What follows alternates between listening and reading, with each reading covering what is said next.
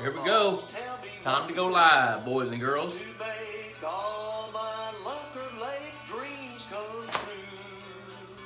Hello, everybody. Bob Lutz, the Pond Boss, checking in from the safe Corona confines of Pond Boss World Headquarters. Look at that. We got Jason Nepstad and Kenneth Primo already on board. You guys are just chomping at the bit. I love it. Dude, Jason, I wish I could get you live. I'd let you say all these things. There's Danny Mack, Jacob West. Good gosh, let's do this. Michael Gray's already checking in. Chris Miller, how's it? You know what? Chris, it's going good. I'm pretty dadgum happy right now. I'll tell you why here in a minute. Let me find this thing here. Oh, there it is right there. I can tell by the shirt I'm wearing. I'm gonna have to turn off the dadgum speaker. I'll be talking over myself. Here we go. All right. Yep. You know, I thought I'd talk about hatchery ponds today because I've had some fun doing that. There's Christopher Aguilar, the Boudin Daddy, checking in from South Louisiana. Michael Eric, Iowa. Daniel Van Winkle, no sound. Oh Lord, tell me there's got to be sound. Yeah, I bet you guys can hear me. Tim Stewart's watching. Can you guys hear me? You got to be able to hear me. Tim Stewart. Hey, Pond Boss Magazine, $35 a year. Jacob and Tim. Yep. All right, Danny Mac. Hey, all right. So, you guys know the drill. Hashtag Pond Boss Magazine. Click like. Share this video to your timeline. Jacob West said it best last week. If you'll do all that, you'll be eligible for a drawing for a Pond Boss hat and a Pond Boss mug that knows how to keep hot, say it with me, hot things hot and cold things cold. Got a pretty entertaining show lined up, ready to rock and roll. I see Mark Primo checking in. Okay, good. Somebody said they couldn't hear. I'm glad you can. That's good because it'll make this show a lot more interesting if we can hear each other, except I can't hear you guys, but I can read you loud and clear.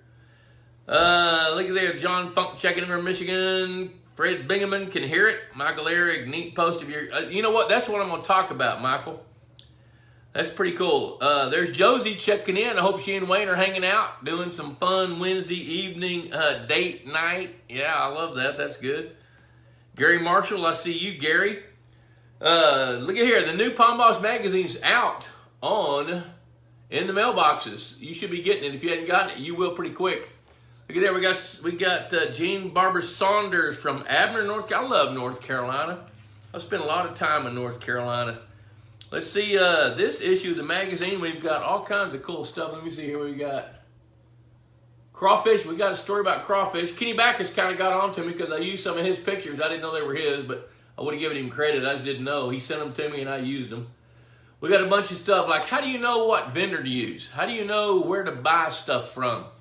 We've got an article in there about that. Oh, you know, one of the best articles in this issue of the magazine is nano bubble technology, a primer on nano bubble technology. We're going to be writing about that more. It's kind of an up and coming, interesting thing. And I'm not going to talk about it tonight, but once I learn more about it, I'm going to talk about it a whole lot more. Michael wants me to explain about adding bluegill to your existing pond. Okay, so here's the deal. There's a video that I put up yesterday, and you know, I thought about it while we were seining, but you know what? I was busy. Well, at Lusk Lodge, 2, we call it Lusk Lodge, 2 for those of you that don't know, because Lusk Lodge, 1 burned down back in 2005. So we built another one. Anyway, so it's kind of a cool place. We like to hang out there. Danny Mack, got it. William Burgess, thanks for recommending Kelly. Yeah, Kelly Duffy, man, he is the go-to vegetation guy. His humor is pretty dry, which I like, but his knowledge is really wet because he knows all about pond vegetation, aquatic plants, and what to do about it. Hey, Mike DeMint, man, I miss not hanging out with you, but we will figure that out. This dadgum Corona thing, it can't just completely hog ties for the entire year. John Funk, love the short video on hatcheries. You know what? That's what we're going to talk about tonight, John. I'm going to get a little bit more into details. I see Matt Hines, Scott McClurg up there in Nebraska, he's interested in nanobubbles. I am too. I've got to learn more about it, and my learning curve is pretty steep. Harrison Davis, buenas noches, amigo. Good to see you, man. Let's see, Nepstad, is that your office for the bluegill? Yes, it is. Actually, it is. Oh, you guys, y'all are so funny. You watched that video. Sounds like Jason watched it several times. There's David Schneiderman, easy docs. If you need a doc, talk to David. There you go. There's your new motto. Believe it or not, I have a trainer. That comes. My wife insists that he come twice a week and work my fat butt out, and he does. And he coined the phrase, "Let's go, let's go, let's go." Well, I think David Schneiderman ought to be, need a doc, see David. David's Docs, easy docs. Call David. Click right here. Friend him on Facebook. He can help you. Todd Austin, good to see you. All right, we're going to talk about hatchery ponds for a little bit tonight, unless you guys distract me with other questions, which I hope you will. But over at LL Comatoo, we live on 12 acres. We've got a really nice house that my wife wanted, but you know what? And I was okay with it because I know the part of our mission in life is to share. You know, the guys that have been to the first Bob Lusk Institute of Hydropondology, some of those guys, Jacob West is on here. You know, Danny Mack's on here, Tim Stewart's on here, Mike DeMitt would be coming, Mark Primo, he's been there, you know, and we got a very cool place. We love to share it. But where I'm going is when we bought that place, it's 12 acres, it's not big, and the house is very cool, but we wanted ponds. I mean, I'm the pond boss. I got to have ponds. So when I talked to Mike Otto, right beside the house, there was this washed out gully, deep gully, probably 35 feet deep from shallow to deep in the gully. And Otto says, "Man, I love your idea. I think it'd be cool to have a pond. Where in the world are you going to put it? And how much?" You can't. You don't have enough clay. So I said, "You know what? Go get your backhoe. We're going to go dig around." Well, from the top of our property, it's 90 feet higher than the lowest point of our property. Well, up on the high point, there was a pretty good patch of clay that was at least 15 feet thick. So, and then down at the lowest point, before it runs into a creek, there was some, mediocre clay. So what Mike wanted to do was to get some of that really good tight clay and mix it with the mediocre clay, mix all that together and then compact it. And we would have less expansion, less cracking and all that. So we talked about it and we were going to build the pond. Now, of course, when we got ready to build that pond, there's a bunch of post oak trees. I knew we were going to push some over and burn them. And I told Debbie, I said, "You know what, honey, I think I want to take that post oak tree and push it over for fish structures there. And over here, we'll take this one. We're going to move it over here." And she let me finish. And then she looked at me and she said, "No." And I said, "What do you mean?" She said, "This is going to be a swimming pond." I said, whoa, wait, I'm a fish guy. She said, "Maybe you didn't understand what I said. This is going to be a fishing pond, a swimming pond." Well, so the upper 1/3 ended up with tree stumps, a couple of post oak trees and stuff. SBC Spencer Cree checking in. Spencer Crees just emailed me a while ago asking for a spreadsheet. He's 17, so you guys welcome Spencer Crees to this show. He's helping manage a pond in Iowa, and Michael Eric, you can help him out some. But he wants to figure out how to grow bigger bass, and he's just really interested in this pond stuff. I invited him to watch the show. Here he is. You guys shake his hand, say hi to him virtually.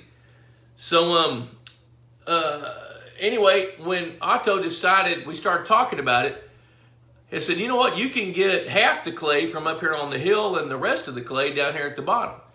So he dug these 2 big holes. So in order to build a dam for the swimming pond. So when we were finishing up, I said, "Can you put a levee in that one hole on top? And I can pipe my well to it." So here's the bottom line. We ended up with 4 ponds for the price of 1.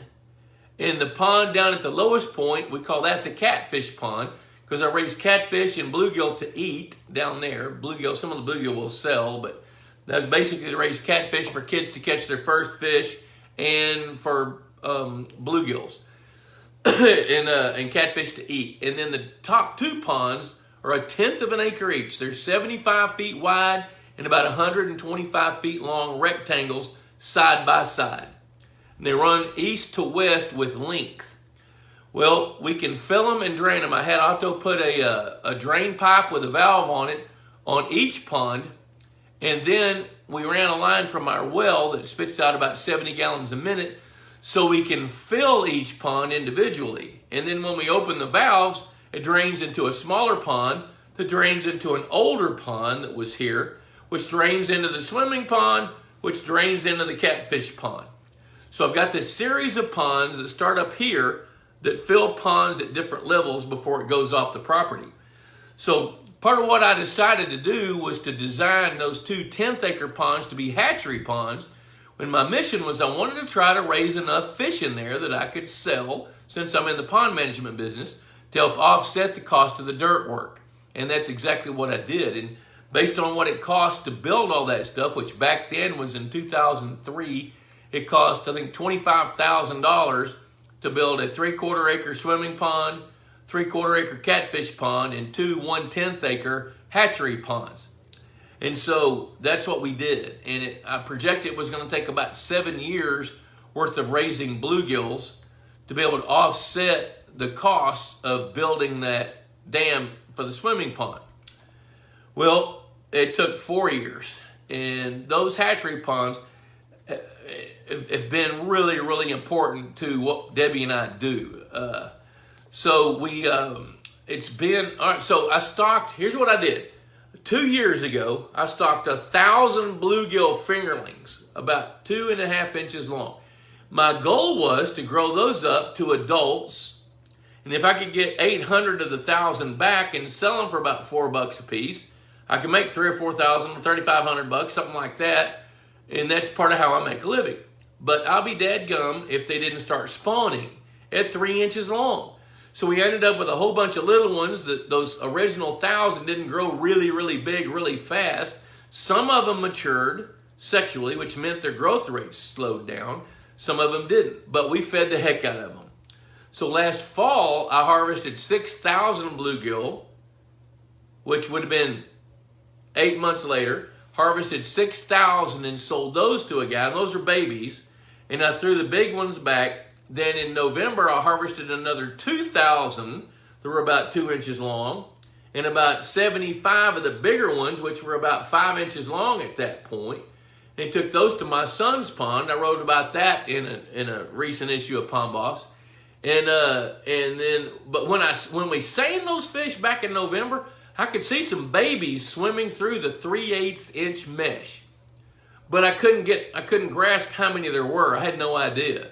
And I knew that we threw back several thousand that were probably, 4 inches to 5 inches long. We threw back, I say several thousand, we probably threw back 400 that were 5 inches long, and probably a couple of thousand that were 3 inches long, 2.5 or 3 inches long. And then we just poured the feed to them. We started feeding them, fed them Aquamax Sport Fish MVP from Purina, who sponsors this show, by the way.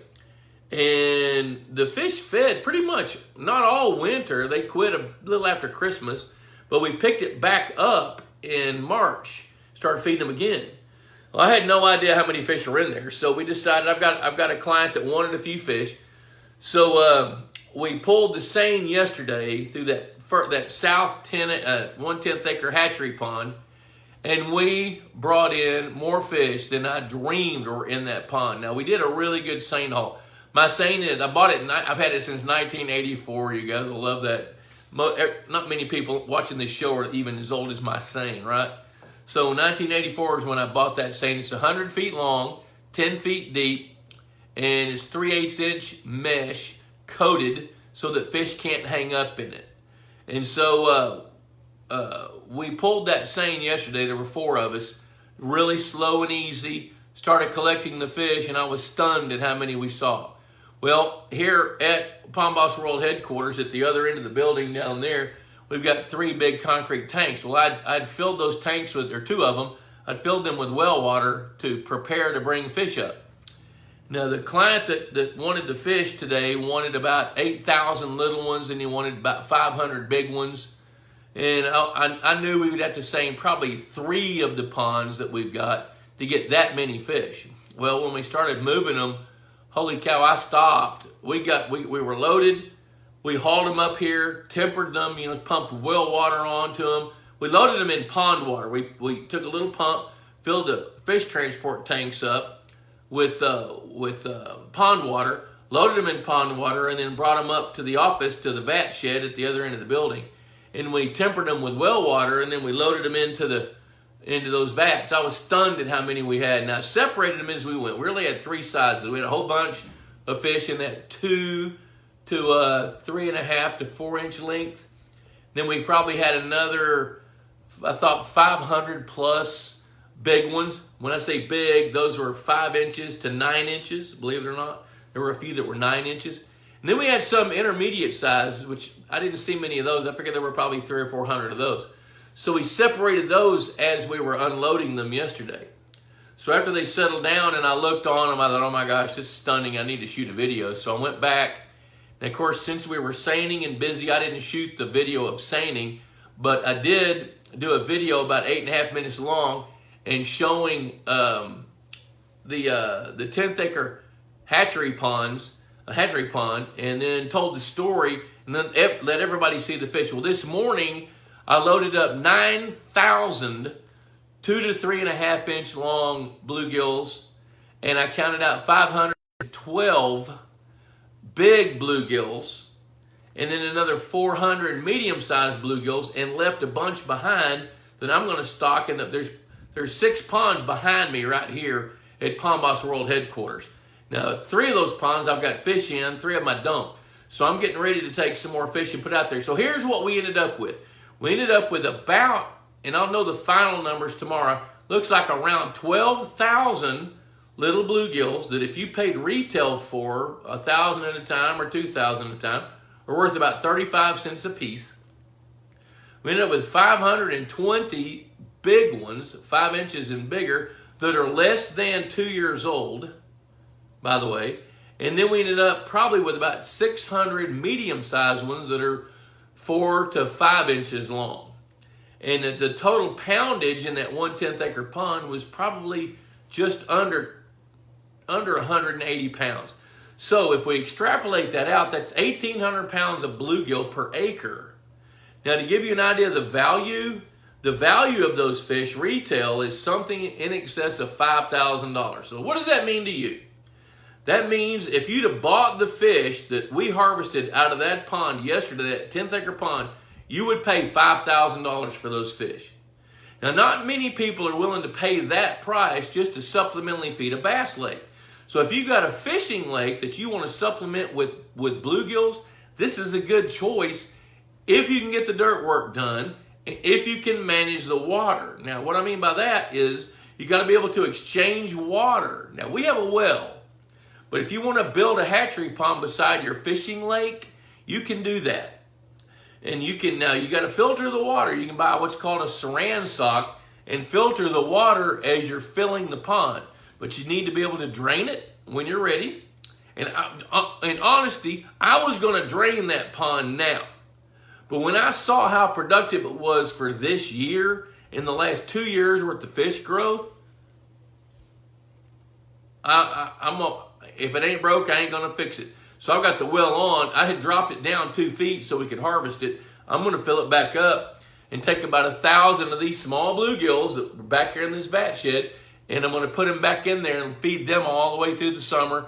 See if we can get some big ones. See if we can get more reproduction like we did this last year. So should you have a hatchery pond? If you're willing to manage it, manage the vegetation. Now this pond, if you watch the video, you'll see there's a bunch of little pods, little mats of paraphyton that floated up from the bottom. When we drug that seine, it dislodged a bunch of paraphyton. So you see these little globs of stuff floating on the surface. That's part of the fish's food. Now, although we're feeding the fish every day, and in the summer, springtime, we're feeding them twice a day. Now, I've cut the feed back, but because we don't have as many fish. But I'm going to go put 1,000 back in it. Then I'm going to stock a bunch more over here in these ponds behind me, back over here, over my shoulder. So, there we go. All right, so now I'm going to scroll back up here and look at some questions. So, should you do it? I don't know, maybe you should, maybe you shouldn't. If it costs you $30,000 to build hatchery ponds, chances of you recovering your money are pretty low. It'd be cheaper to go buy the fish. But if you can do it for $10,000, you can recover that cost in probably 3 or 4 years of not buying fish. Sunil checking in. Good to see you, Sunil. Sunil's a longtime friend, moderator on the Pond Boss website forum. He is one of our go-to guys, one of the studs of Pond Boss. All right, I'm going to scroll down here, see all we got. Good gosh, I'm getting behind. David, you know what? Yep, David says you forgot the easy. Yeah, David was at the very first Bob Lusk Institute of Higher Pondology, a key player. You know, yes, I did. I didn't forget. I just didn't remember. Oh, well, here we go. TX Blend. Dion Myers, good to see you. Dennis Smith joining in. Let me see here. Make sure I didn't miss something. Holy cow, I need to back up. I missed a bunch of stuff. Woo! All right. We got back to the Kelly Duffy comment. Let's see. Nano bubbles. I'll talk about nano bubbles when I learn more about it. Let's see here. Jason said, is this your office? Yeah. You know, Jason, this building is 4,000 square feet. And the north end of the building is Pond Boss office, my office, and this set that Debbie designed. Then the next section is offices for American Sportfish Hatchery. American Sportfish Hatchery bought my pond management business a little over a year ago, about 15 months ago, and they rent office space from us. Then the next section of the building is fish handling facilities there. So let's see, Harrison Davis. When are you going to get your boy Marcus Luttrell on here? You know what? If you've got a contact and he loves to fish, well, I'll talk to him. You know, I haven't read his book yet, but I'm kind of itching to. Tim Stewart says, how many times did you pull the seine through the pond to get all those? One time. We pulled that seine one time. Now, I got to tell you, the seine that I've got, for those of you that are just now tuning in, that seine is 100 feet long and 10 feet deep, so it's got a big round pocket.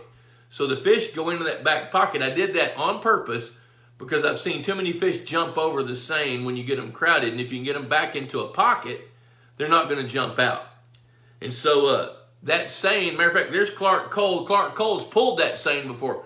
Clark Cole worked for me when he still had dark hair. You know, and Clark, I'm telling about the seine that you and I used to pull at the old Texoma Hatchery back in the day. But we pulled that seine one time, but we pulled it very efficiently. Slow and easy. We have a 9-strand mud line on the bottom with the lead line. So that thing goes across the top of most of the mud. Then we have a float line. So the seine is bowed back. It's 100 feet long on a 75-foot pond. So it's a big U shape as we pull it. And the fish kind of congregate back in the back and they can't jump out because they're in the big bow, the big pocket in the back. And then when we start to bring them in and collect them, what happens is the little bitty fish rise to the top. So we take buckets of the cleanest pond water we can get, put about 1/3 of a bucket, then I take a dip net, yes, the old freaking 65-year-old pond boss, I can't help it. I got to be in the water. I just can't help it. I don't need to be way overweight, way out of shape. I can't help it. It's fish, you know, and I'm handling them. So I'm out there dipping these fish up with 2 young guys, another guy about 10 years younger than me, and we're handling those fish. So when I see how many we've got, we load enough. I don't want to overcrowd them, which will kill all of them. That's a big deal, guys. If you're going to have a hatchery pond, when you're moving the fish, don't overcrowd them or you'll kill all of them. So when we got a good load, I stopped. And we took the fish up here to the vats, tempered them and unloaded them, and then went back and got the rest. And there were just as many pounds on that second batch as there was the first. So as we seined that pond one time, and to get the number of fish that I had ordered, I really thought we'd have to seine that pond 2 times, and another pond 2 times, and one more pond to finish it up. But we got them all in one pull. So I'd actually said a little prayer before that, and I said a great big prayer after that. Because things just worked out perfectly. And you know what? Our timing was good. The water temperature is still fairly cool. The fish, a lot of those females, even the 3-inch ones, had really fat marble-shaped bellies. So I know they're ready to spawn, but they weren't going to spawn in that pond with that many fish in it. So I kept back some of the small, the really young, less than year-old females that are full of eggs, and they're going to go out here in these ponds behind me. And if you want to see those ponds, go to Google Earth at 55 Heritage Road, Gordonville, Texas. You can see those hatchery ponds behind me. So there's my wife checking in. I bet she's going to share it. Share the video. You know, here's the deal. Holy cow, it's almost 7. Pond Boss Magazine, $35 a year, folks. Cheaper than, well, not anymore. There are no Friday night dates. Maybe there will be, but $35 a year. Friday night date lasts a couple hours, and then the rest of it's gone the next day. This lasts a year, and there's all kinds of nuggets in each issue of Pond Boss. This is the economy that fuels this show and fuels the business of Pond Boss. Better yet, it fuels your knowledge.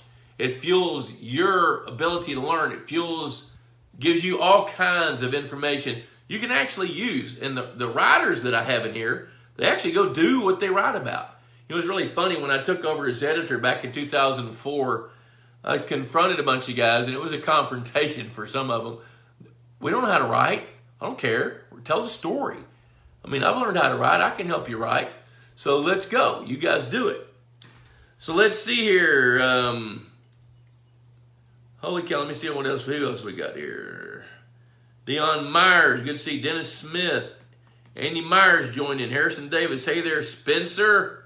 There we go. You guys know each other. Bridget West. Holy cow, I know your family. Spending good time. I love the West. Such a great family. W.C. Thurman checking in. I believe he's in Kansas. Billy Birch from Southeast Texas. Gary Hempel putting a plug in for Pond Boss. Charlie Wilson, a big round of applause. There we go. Steve Lewis, fisheries biologist from Hot Springs, Arkansas. Look at there. We got all kinds of friends. You guys are doing it. Sue Neal is in the house, he says. Tom Davis in Ohio. Daniel Hendrick. Talked to Daniel on the phone. Daniel, I talked to Walter today, and he's going to be giving you a call. They're right now they're in the midst of delivering tilapia, and they're going to be working on sport fish right after that. Let's see here. Holy cow, Scott Angelico. Boy, this is good. Is there someone that ships shiners to Southwest Florida and estimate what they cost per pound? I'll tell you what you do, Scott. Call Anderson's Minnow Farm in Lone Oak, Arkansas. They're shipping shiners right now all over the place, but they're shipping fry. And that could be a smart way to go if that's what you're looking for. So call Anderson Minnow Farms, Lone Oak, Arkansas, because that's what they do. They'll send them FedEx. Now, what I don't know is what are the laws and the rules in Florida, which they'll have to stay within the bounds of that. Let's see here. Danny Mack says, what's a 9-inch copper nose worth? Should I quit eating them? No, just eat them by candlelight, dude. If you're going to eat a 9-inch bluegill, eat it by candlelight. I'll tell you what a 9-inch bluegill is worth is about, if you were going to buy a 9-inch copper nose from me, I'm going to charge you $5 for it, probably. They go, by the time they start to get that big, they go by the pound, and they're usually about $10 a pound. So a 9-incher is going to be 3/4 of a pound, so $6, $7, $8, I don't know, something like that. The ones that I signed up today, the 5 to 8 inchers, there were a few that were 8.5 inches, but they averaged 3.6 per pound, and the guy paid $3.25 a piece straight across the board for them. And he bought 500. Let's see, Mark Dauber checking in from Pensacola, Alabama. You guys need to check out his page. Mark Dauber is one of the most creative people I've ever met. His photography is astonishing. His way with the words, the guy is just... Mark Dauber, let me describe Mark. I love Mark. I wish I could spend more time with you, Mark. He is a cross between Rembrandt and a welder. That ought to get a few laughs. Because he is not only a practical get-it-done guy, but he's got the creative side that a lot of guys don't have, and he's not afraid to share that. And looking at some of his photography on his Facebook page, he gets it. And there's my wife, Ron Ardoin. Good to see him. Harrison Davis, Lone Survivor is a great book. Yep, read the book. You know what? You sent me an email. I haven't had time to respond to it because I've been hoofing it the last 10 days. But Raising Trophy Bass, I think we're out of print. And if there's any of those left, there might be 4 or 5 of them. I'm kind of hoarding those a little bit. So I'm not quite sure what I'm going to do about raising trophy bass book. I may redo it, but I've just finished redoing basic pond management. I need to pay attention to that. Then I might circle back on raising trophy bass and do it again. Dan Reasoner checking in from Fort Worth, but he got land with a future bass lake planned in Sunset, Texas. Dan, love to visit with you. We've got all kinds of resources in the Pond Boss Resource Guide. If you need some help with that, give us a holler and let us know. Jason says, maybe I'll just fence off a small section of our lake and fill it with a mature bluegill, keeping the predators out. Yeah, if you can do that, that's a good idea, because that way they can reproduce if you can do it. Danny Mac, stop eating bluegills. You know what? That's okay. Eat the bluegills. That's what they're for. Just don't eat your biggest ones, guys. If you're growing bluegills, save the biggest ones, because in order for your smaller fish to get bigger than your biggest ones, you know, the biggest ones got to be there to defend the nest. So never eat your biggest bluegills. Throw them back. Eat the next size down. Let's see here. Mark Dauber making me blush. Dude, you're not blushing. It's all the truth, buddy. Brent Rutan. Let's see what he says here, what Brent's got. Years ago, you had the relative weight charts for largemouth bass in your magazine. I'm about to start a culling program. Can you put those in an upcoming issue or send a link to the old issues that address the optimum cull size? I'll tell you what, if you will send me an email at boblusk@outlook.com, I'll send you that article. And I'll also send you Spencer Crees wanted it this afternoon. I sent it to Spencer. I've got a spreadsheet where you can plug in your links and weights and compare your relative weights to standard. So send me that and I'll tell you about it. Let's see, Spencer asked a question about Sportsman's Choice feed. Spencer, I haven't used Sportsman's Choice. I'm a Purina guy. Back in 1995, Purina contacted us. Actually, we contacted them. They responded back, and we built, and I'm pretty loyal to them because I've seen what they do. They do the research and development. They figure out what the species needs, and then they develop the product. I'm not going to tell you Purina doesn't have its corporate problems like every stinking corporation on the planet, but what I am going to tell you is they have the best research and development, which creates the best products in my opinion.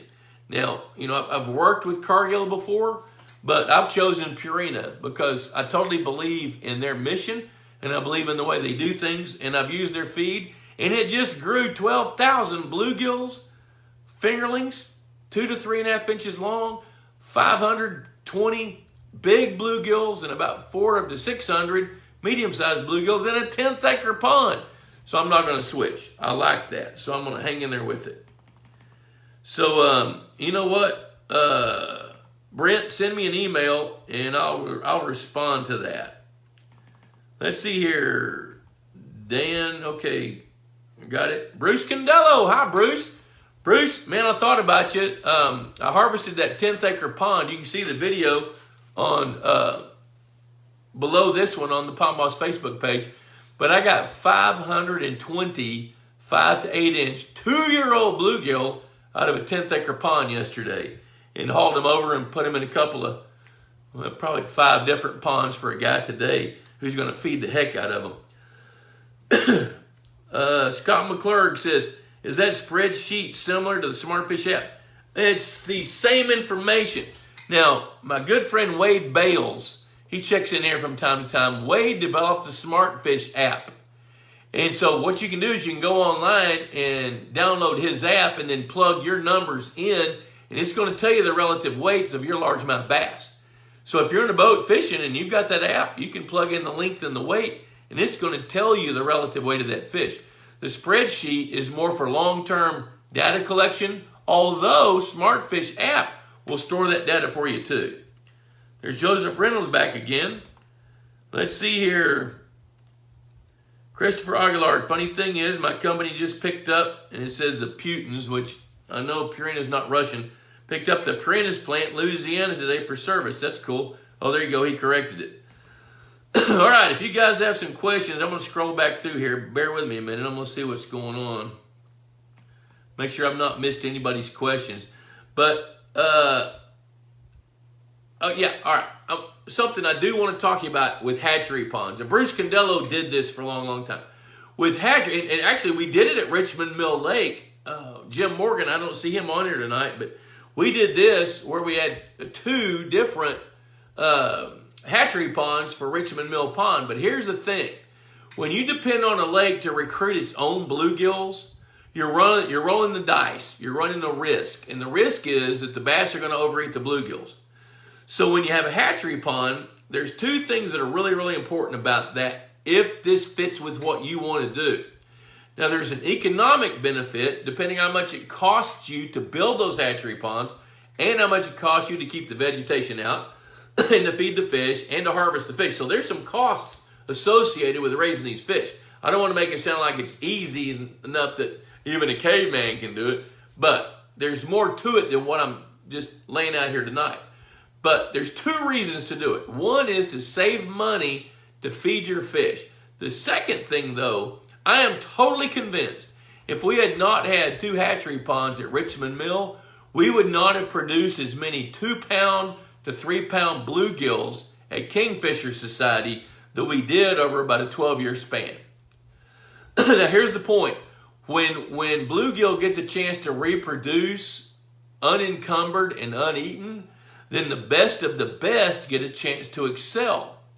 So like, for example, out of these 12,000 small bluegill I took out today, took out yesterday and hauled today, if I would have groomed those, out of those 12,000, there's probably 20% of them that were 3.5 inches long that are the same age as the ones that are 2 inches long. Those fish have the aggressive nature, if they have the plasticity, look that up, and the opportunity.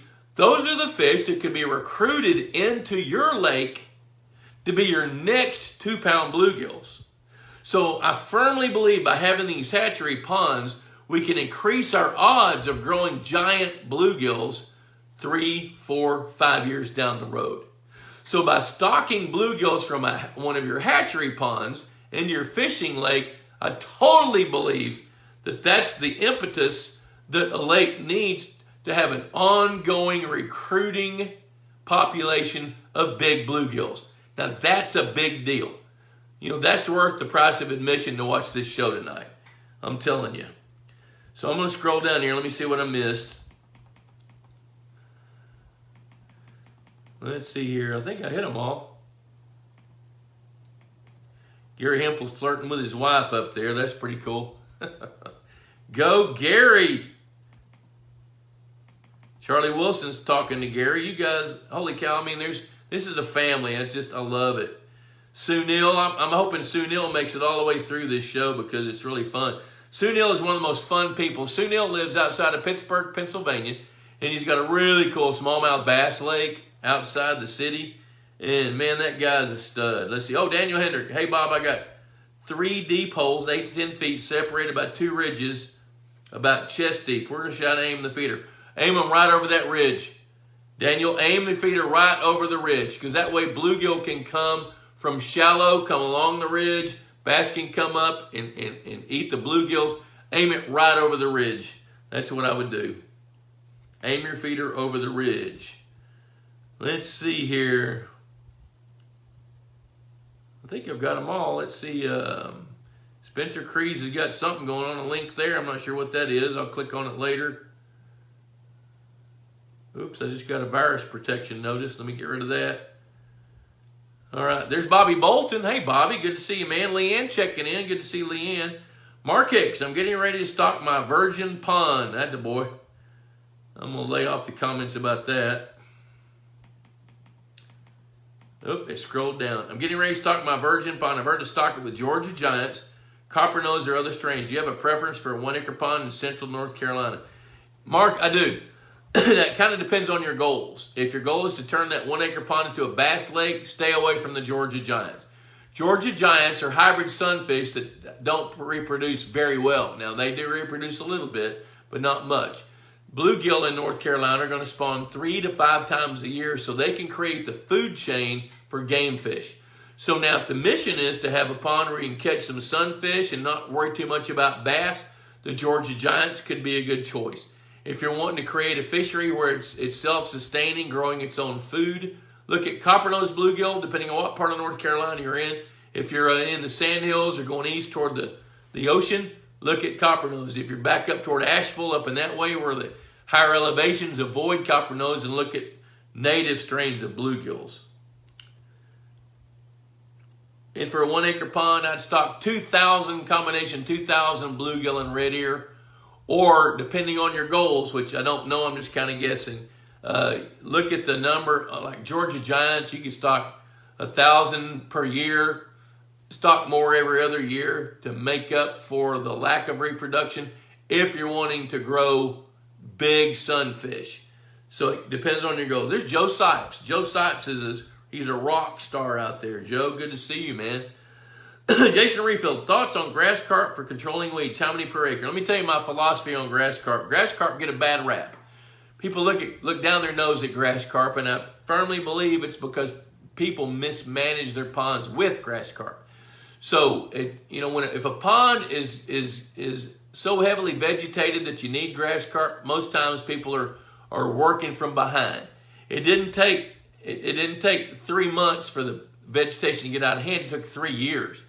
So what my recommendation is I like to start with 3 grass carp per acre where they're legal, and then allow them to start catching up. But if you're so far behind that you're tempted to stock more grass carp, look at using an aquatic herbicide to take out some of them. Use a multi-level approach.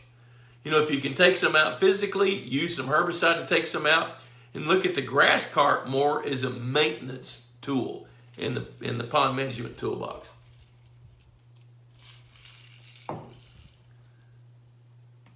And I like to start with 3 per acre, and then if we see that that's not working, you can always add 1 or 2 per acre more. But it's hard to get them out. So if you overdo it and they eat all the plants and that's your primary habitat, you've cooked your goose. You got to get out there and add some more habitat. Christopher Aguilar, since my buddy Ron hooked me up with a feeder, I'm seeing more happy fish. You know what? Yeah, feed that Purina Aquamax and you're going to see some happy fish. Gary Hempel flirting with his wife. This is pretty funny to me, guys. In which I'll tell you why it's funny. My wife makes supermodels insecure about their looks. Then what the hell are you doing on this show? Go pay attention to your woman, unless she's the reason you're watching that show, and you need to stop talking and listen to what she's telling you, because she's got this pond management thing going on. Tim Stewart, when using a hatchery pond to supplement a bass pond, is it important to let some of the fish grow to 4 to 5 inches before moving them to? No, it's not important. What's important is that you harvest the bounty. Now, if I made a mistake, it's because I didn't realize I had such a bounty. Which, to kind of counteract that statement, we harvested them at just the right time. Now, when we pulled the seine in, there was a bunch of mud in it. Mud kills fish. So at the very end, we released probably 40 or 50 pretty good size, 4 to 7 inch bluegill. And plus, I'm going to take 1,000 of these small ones, put them back in it, and see if we can't do that whole cycle. So, going back here, let me see here. Is it important to let some of the fish? No, it's not important to let some of the fish grow to 4 to 5 inches. Go ahead and move some. What's important is that you keep enough of them behind to replenish the stock for your next crop. So don't throw all your seeds away. Keep some. Keep some that can reproduce. And what I'm going to do is keep some that can reproduce, but put 1,000 of these 2 to 4 inchers in there so I can grow up some more big ones, because my goal is to make money off that pond. And I want to do it with young fish that I can supply to people where the fish have the opportunity to hit 2 pounds or better. So that's a big, big part of my goals. Let's see here. Dan Snyder, we have an 11 acre pond, 2 feeders enough. Yeah, 2 feeders are enough, especially if you're feeding good feed. Now, what the feeder companies recommend is 1 feeder for every 5 acres. Now, what I tell people is if you're really, really serious about wanting to grow a whole bunch of fish, and, in an 11 acre lake, you're going to be supplementally feeding the fish anyway. That's what you're going to be doing. But if you want to ramp up growth rates, expedite growth rates, get higher reproduction, I like to have a feeder for about every 3 acres myself. So if you want to, here's my advice. Use the 2 feeders, feed a good feed. Purina's Aquamax MVP, 500, 600. Those are my go-to feeds. There's other good feeds. Those are my go-to feeds. And I believe in them. I've watched them. I mean, I just pulled up a bunch of thick-bodied fish from there. But once you see that your fish are really, really active and feeding well, and if you think you need a third feeder a couple of years from now, buy a third feeder. And set it on the dock, set it on the dam. But basically, when you're in an 11-acre lake, you're going to be feeding two different populations of fish. Those that are over here by this feeder and those that are over there by that feeder. So you may want to add another one later. That could be your choice. Let's see here. Jacob West, what are your thoughts on hatchery ponds that raise tilapia and trout?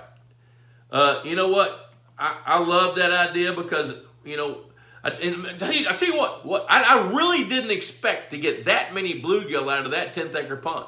What I was thinking day before yesterday was I'm going to seine these fish out. I'm going to drain the pond. Then I'm going to fill it back up. And then I'm going to stock it with Macrobrachium rosenbergi to grow some shrimp for our family to eat. That's what I was going to do until yesterday. Now, I'm not going to mess that up. That pond is growing bluegills. Now, I've got other ponds, like these ponds behind me, where I may put some freshwater shrimp in there. But your question is, tilapia? You bet. There's some guys around Athens, Texas, Palestine over there, where they'll put in a handful of adult tilapia and raise those tilapia, release them into their fishing lakes in the fall, where they've got just tens of thousands of these little bitty 2 to 3 inch tilapia, and they've got 8-inch drains in them so they can open the valve and just drain all the fish straight into their fishing lakes.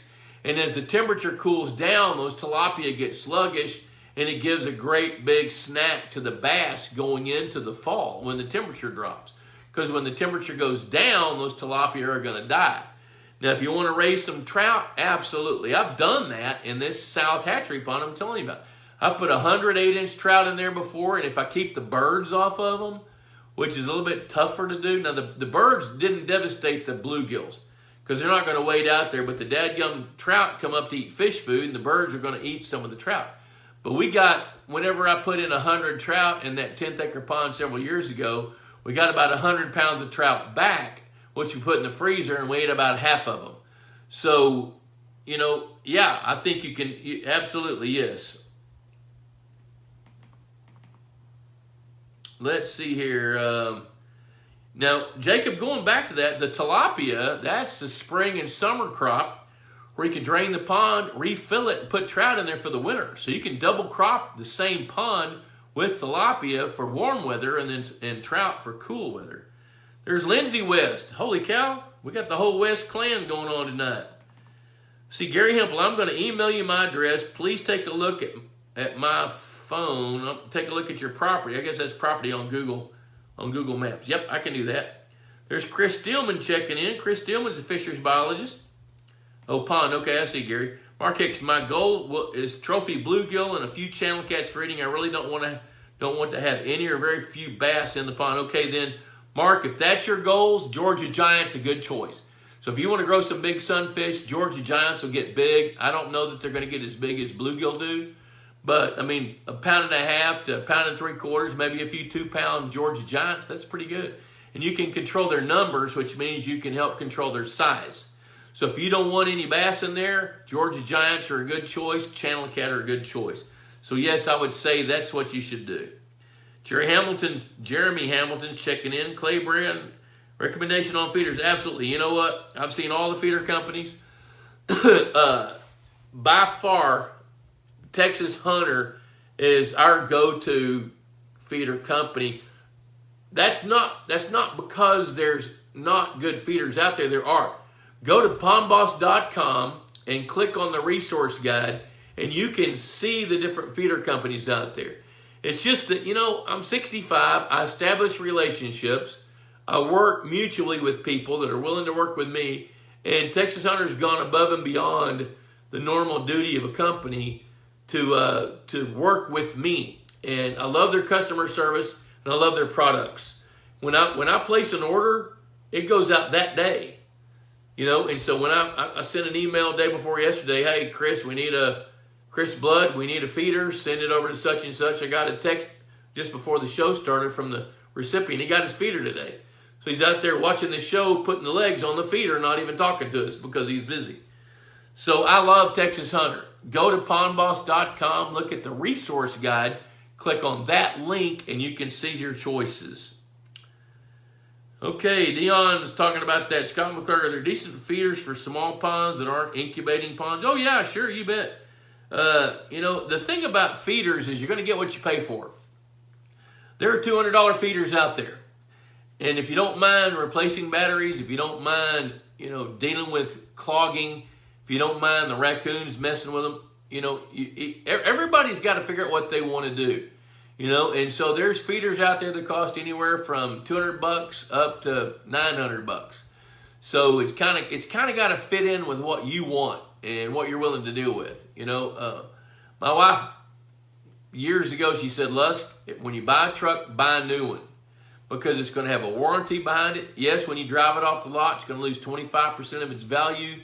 But, the way that you're driving, you're not going to outdrive the value of it. You're putting a big enough down payment with a trade-in. Get a new one. And you're not paying for transmission repairs. You're not broken down on the highway at 10 o'clock at night. So you got to figure out what fits with you and then do it. Let's see, there's Adam Chandler. Good to see Adam. Jim Liner. Jim Liner's checking in from Montgomery, Alabama. Let's see, holy cow, we got people talking to each other. I just love that. Guys, I love that. I love that you guys are interacting with each other because truly, this is part of what Pond Boss is all about. Speaking of Pond Boss, hey, $35 a year. Cheaper than a Friday night date. A lot more information in it. But where I'm going is I love the fact that you guys are interacting and that I can see, like with the Pond Boss Forum, we started that forum in 1998, ramped it up in 2002. It's been going, for 22 years, 18 years with the same kind of software, the same archives. And there are guys that are now lifelong friends that met through Pond Boss, through the forum. And I can kind of see that beginning to happen right here. Like you guys, you Cajuns down there inside Louisiana, you guys are going to be buddies. You were buddies before you met each other because you guys get it. You guys know what's going on. Let's see here. Jason said, Bob, you need to create a Facebook group. You know what, Jason? I'm going to plead ignorance because I have never studied about that. I don't know how that works. Let's see. Danny Mack says, how far do you drive in a year? 250,000 miles? You know what, Danny? I'll tell you what. Here's the God's honest truth. From about 1985 until 2004, I drove 70 to 80,000 miles a year. In 2004, I started traveling the nation and flew more. Then my driving dropped to about 55 to 60,000 miles a year. And now I drive about 40,000 miles a year. I just turned 39,000 miles today on a truck I bought last year in May. So I'm going to hit 40,000 miles this year. Look at there. There's Chuck Brinkman checking in. Yep. Let's see here. Holy cow, Fred Bingaman is talking about Adam Chandler being married. You guys, holy cow, this is just so cool. I see Jose Latorre just liked Pond Boss's video. That's cool. Okay, Jason, I can set you up or explain it to you later. We'll bring all of us together. Okay, that's what we'll do, Jason. I love advice. I love counsel. You know what? I need to look at your lake map, and let me look at your lake map. Then we can have a discussion. I'll ring your phone here in a few days. I'm a little bit behind. Chris Blood, I was just talking about you, man. Talking about the customer service of Texas Hunter Feeders. And Texas Hunter Feeders is a sponsor of this show.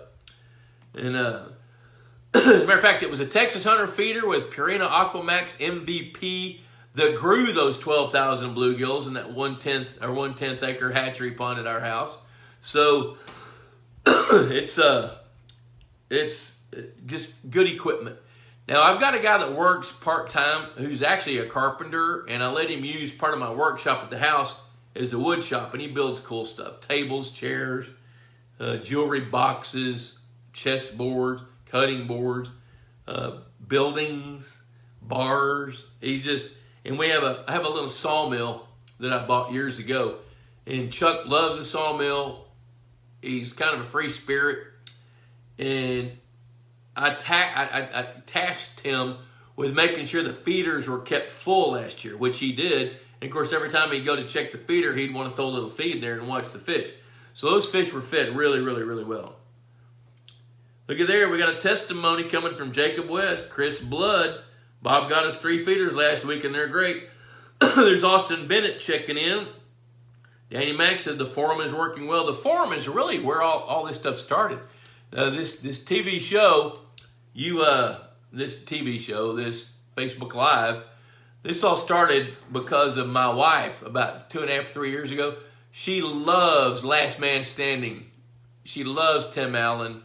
You know, Tool Time, she loved that. And she loves Last Man Standing. And, you know, of course, at night when she's winding, when I'm winding down, I'm ready to go to sleep.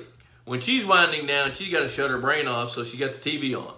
And she's checking out Last Man Standing. And at the end of the show, he does a little video blog. And there were so many days she said, you know, you really need to do that. You really need to do that. And I said, honey, you know what? I really appreciate you putting more on me. No. She said, what if I build you a set? And I said, oh my gosh, you're going to make me do it, aren't you? So about 2.5 years ago, we did it. And it's continuing to grow. Let's see here. Trevor Cardia says, what kind of disease or parasite might affect gill rakers on largemouth bass? I tell you what, now there's a difference. The gill rakers are those filaments that are white in the throat of a bass, not the throat of any fish. The gill filaments are the red part.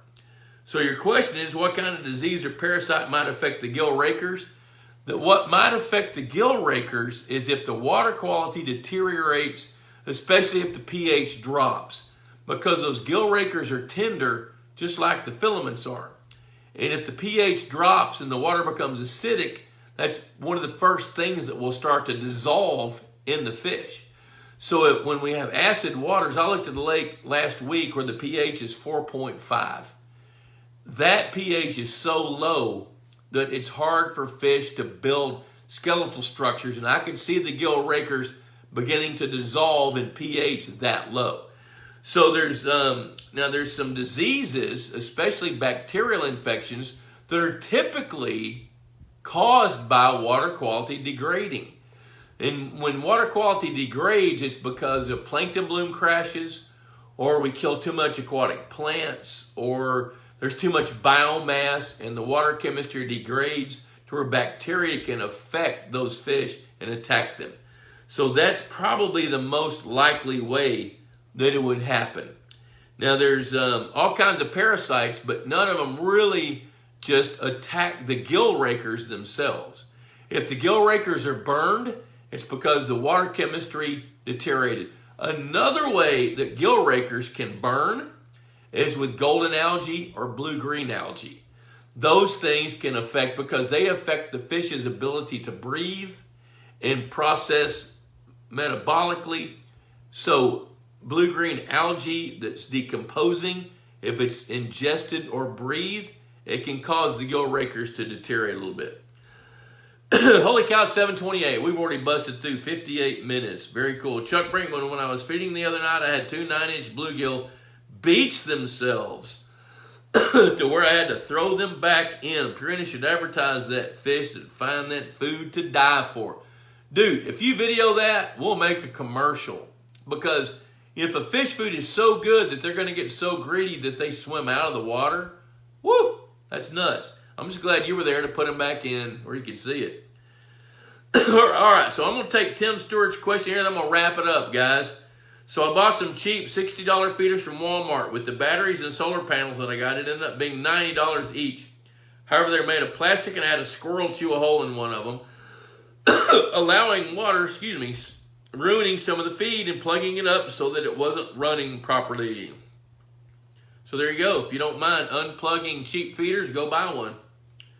The other thing about Texas Hunter I love, my throat's giving it up, boys, is that equipment lasts a long, long time. I mean, I've got several Texas Hunter feeders that are 6 years old, and that are mine, and I've got clients that have 10-year-old Texas Hunter feeders that all they've really had to do is replace batteries from time to time.